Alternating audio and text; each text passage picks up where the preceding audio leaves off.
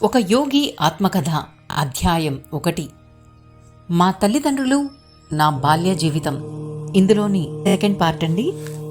గోరఖ్పూర్లో ఉండే అవినాష్ బాబు యోగానంద గారికి ఇలా వీళ్ళ నాన్నగారి గురించి అనగా భగవతీ చరణ్ ఘోష్ గారి గురించి ఇంకా ఇలా చెప్తున్నారు.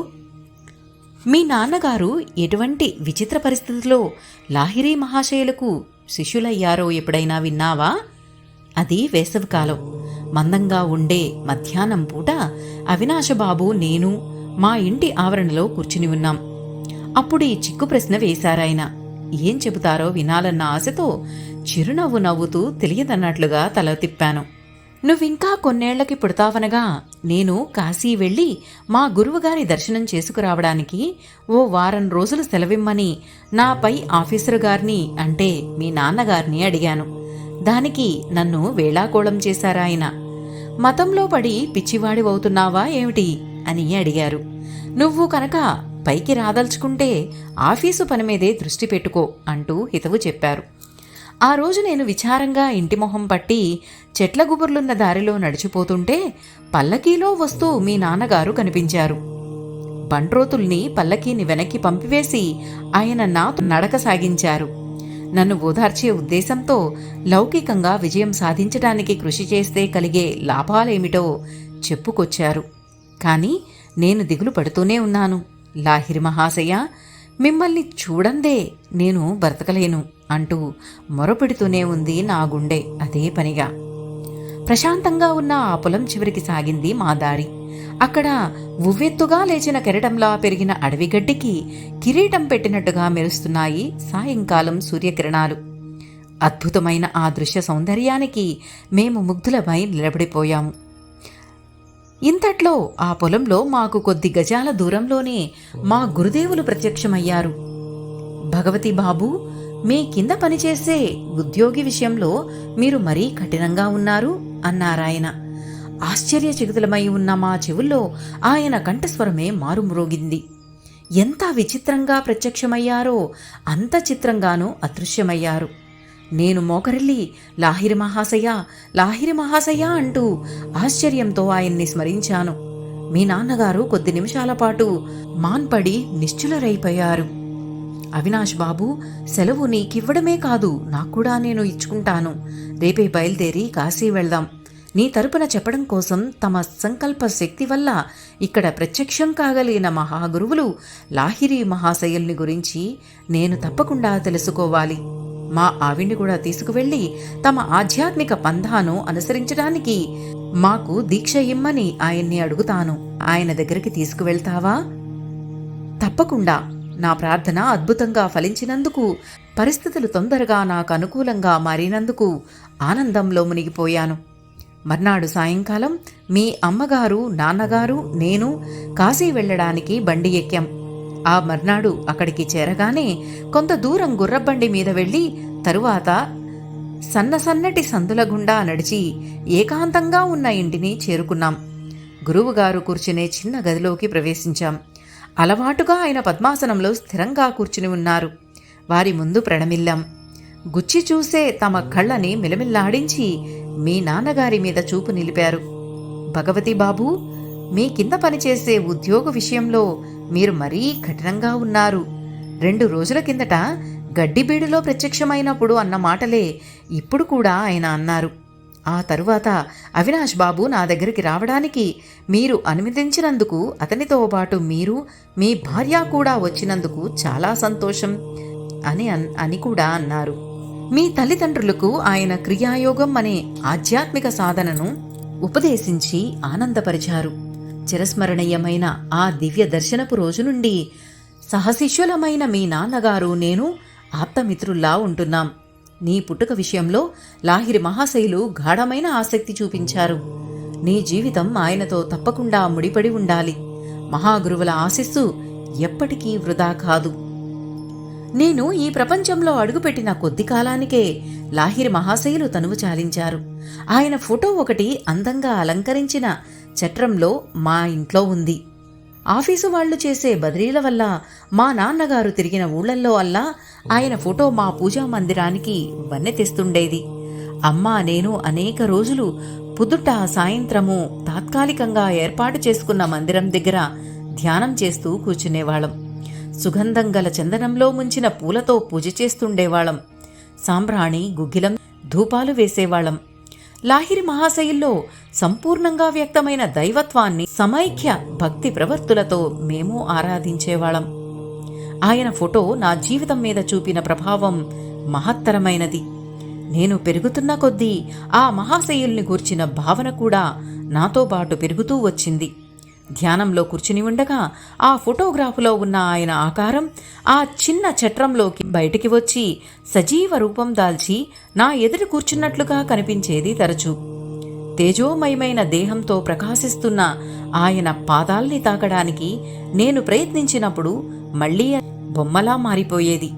శైశవం గడిచి బాల్యంలోకి ప్రవేశించేటప్పటికీ లాహిరి మహాశైల రూపం నా మనస్సులో చట్రంలో బిగించిన చిన్న బొమ్మ రూపంలోంచి స్ఫూర్తిమంతమైన సజీవ రూపంలోకి మారిపోయింది.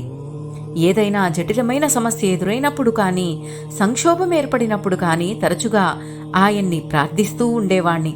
నాలో ఉపశమనం కలిగించే ఆయన మార్గదర్శకత్వాన్ని గమనించేవాణ్ణి. ఆయన భౌతిక రూపంలో జీవించటం లేదే అని మొదట్లో బాధపడుతూ ఉండేవాణ్ణి. కానీ గోప్యమైన ఆయన సర్వవ్యాపకత్వాన్ని గ్రహించడం మొదలుపెట్టిన తరువాత ఇక బాధపడ్డం మానేశాను.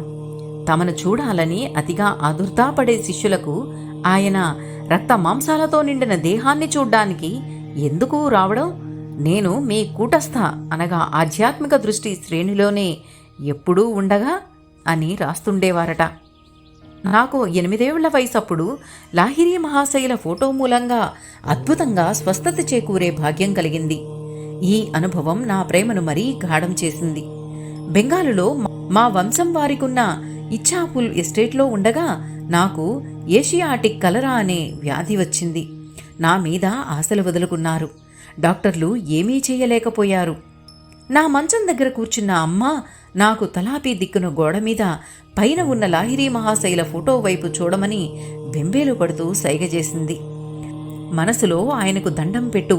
ఆవిడికి తెలుసు, దండం పెట్టాలంటే చేతులు ఎత్తడానికి కూడా నేను ఓపిక లేనివాణ్ణని. నువ్వు కనుక నిజంగా నీ భక్తిని చూపించినట్లయితే, మనసులోనే ఆయనకు మొక్కినట్లయితే నిన్నాయన చల్లగా చూస్తారు అంది. ఆయన ఫోటో వైపే తదేకంగా చూశాను. అక్కడ మిరుమిట్లు గలిపే వెలుగు ఒకటి కనిపించింది. అది నా శరీరాన్ని గదిని చుట్టేసింది. వాంతి అయ్యేటట్లనిపించే లక్షణంతో సహా లొంగుబాటులోకి రాని ఇతర రోగ లక్షణాలన్నీ మటుమాయమైపోయాయి. నాకు స్వస్థత చేకూరింది. అమ్మకి గురువుగారి పట్ల ఉన్న అపరిమితమైన విశ్వాసానికి నాలో సంతోషం ఉప్పొంగింది. వెంటనే ఆవిడ పాదాల మీదకి వాలి స్పృశించడానికి కావలసినంత బలం వచ్చేసింది. అమ్మ తన తలను ఆ చిన్న పటానికి పదే పదే ఒత్తుకుంది. సర్వవ్యాపకులైన గురుదేవా, మీ తేజస్సు నా బిడ్డను నయం చేసినందుకు మీకు నా ధన్యవాదాలు. మామూలుగా ప్రాణాంతకం కావలసిన ఆ జబ్బు చటుక్కున నయమై నేను కోలుకోవడానికి కారణమైన తేజప్రభను ఆవిడి కూడా చూసినట్లు గ్రహించాను. నాకున్న అమూల్య వస్తు సామాగ్రిలో అన్నిటికంటే విలువైనది ఆ పటమే. లాహిరి మహాశైలు స్వయంగా ఇచ్చిన ఆ ఫోటో పవిత్రమైన స్పందనల్ని ప్రసరిస్తుంది. ఈ ఫోటో పుట్టుకకు వెనుక అద్భుతమైన కథ ఒకటి ఉంది. దీన్ని మా నాన్నగారి సహశిష్యులైన కాశీకుమార్ రాయ్ గారు చెప్పగా విన్నాను. ఫోటోలో పడ్డమంటే మహాశయులకు కిట్టేది కాదు. ఒకసారి ఆయన వద్దంటున్నా వినకుండా ఆయన్ని కాళీకుమార్ రాయ్ గారితో పాటు శిష్య బృందాన్ని కలిపి ఫోటో తీయడం జరిగింది. అయితే ఆ ఫోటో తాలూకు ప్లేటు చూసిన తరువాత ఫోటోగ్రాఫరు ఆశ్చర్యపోయాడు. శిష్యులందరి బొమ్మలు స్పష్టంగా వచ్చాయి, కానీ లాహిరి మహాశైల రూపురేఖలు ఉండవలసిన స్థానంలో ఖాళీ తప్ప మరేమీ కనిపించలేదు. ఈ అద్భుత విషయాన్ని గురించి విరివిగా చెప్పుకున్నారు. గంగాధర బాబా అనే శిష్యుడు ఒకడు మంచి నైపుణ్యం గల ఫోటోగ్రాఫరు. ఫోటో తీయబోతే మాయమైపోయే మహాశైల రూపం తన కెమెరాను తప్పించుకోజాలదని దంబాలు పలికాడు. మర్నాడు పొద్దున అతను తన కెమెరా తీసుకువచ్చాడు. గురుదేవులు పద్మాసనం వేసుకుని ఒక కొయ్య బల్ల మీద కూర్చుని ఉన్నారు. ఆయన వెనకాల ఒక తెర వేలాడుతోంది. అప్పుడతను తను తలపెట్టిన పని నెరవేరడానికి అన్ని జాగ్రత్తలు తీసుకుని ఆబగా 12 ఫోటోలు తీశాడు. అయినా తర్వాత చూస్తే ప్రతి ప్లేటు మీద కనిపించేదేమిటి? కొయ్యబల్ల వెనకాల తెరాను. అంటే మహాశైల ఆకారం మాత్రం అయిపులేదు. గంగాధర బాబుకి కళ్ల వెంట నీళ్లు వచ్చేశాయి. గర్వం పటాపంచలైంది. మళ్లీ గురువుగారి దగ్గరికి పరిగెత్తాడు. ఎన్నో గంటలు గడిస్తేనే కాని మహాశైలు మౌనం వీడలేదు. తర్వాత భావగర్భితంగా ఈ వ్యాఖ్య చేశారు: నేను ఆత్మస్వరూపుణ్ణి.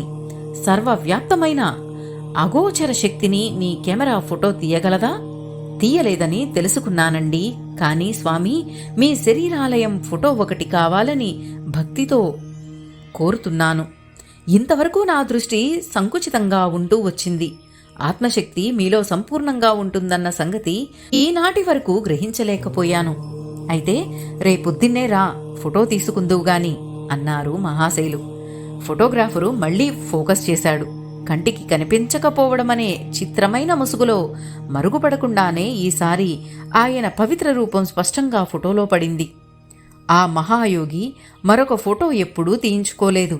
ఆయన ఇంకో ఫోటో ఏదీ నేను చూడలేదు. ఆ ఫోటోగ్రాఫే ఈ పుస్తకంలో అచ్చువేయడం జరిగింది. విశ్వజనీనమైన రూపంలో ఉండే లాహిరి మహాశైల సుందరమైన ఆకృతి చూస్తే ఆయన ఏ జాతివారో వెంటనే తెలియదు. దైవ సంసర్గం వల్ల కలిగిన ఆనందం నిగూఢమైన ఆయన చిరునవ్వులో కొద్దిగా వ్యక్తమవుతోంది. అరవిచ్చిన ఆయన కన్నులు బయటి ప్రపంచం పట్ల ఆయనకు నామమాత్రమైన ఆసక్తి మాత్రమే ఉన్నట్టుగా తెలుపుతున్నాయి. అవి సగం మూసుకుని ఉండడంలో, ఆంతరికమైన ఆనందంలో మునిగి ఉండడాన్ని సూచిస్తాయి. జిజ్ఞాసువులు చాలామంది ఆయన ఔదార్యాన్ని ఆశించి వచ్చేవారు. లౌకికమైన క్షుద్ర ప్రలోభాలకు లొంగని ఆయనకు వాళ్ల ఆధ్యాత్మిక సమస్యలు సంపూర్తిగా అన్ని సమయాల్లోనూ తెలిసే ఉండేవి. ఇంతటితో ఈ 1వ అధ్యాయంలోని పార్ట్ 2 ముగిస్తున్నానండి. ఈ వీడియో కనుక మీకు నచ్చినట్లయితే ప్లీజ్ లైక్ చేయండి, షేర్ చేయండి, సబ్స్క్రైబ్ చేయని వారు సబ్స్క్రైబ్ చేయండి అండ్ కామెంట్ చేయండి. థ్యాంక్ యూ అండి. మీ సరిత.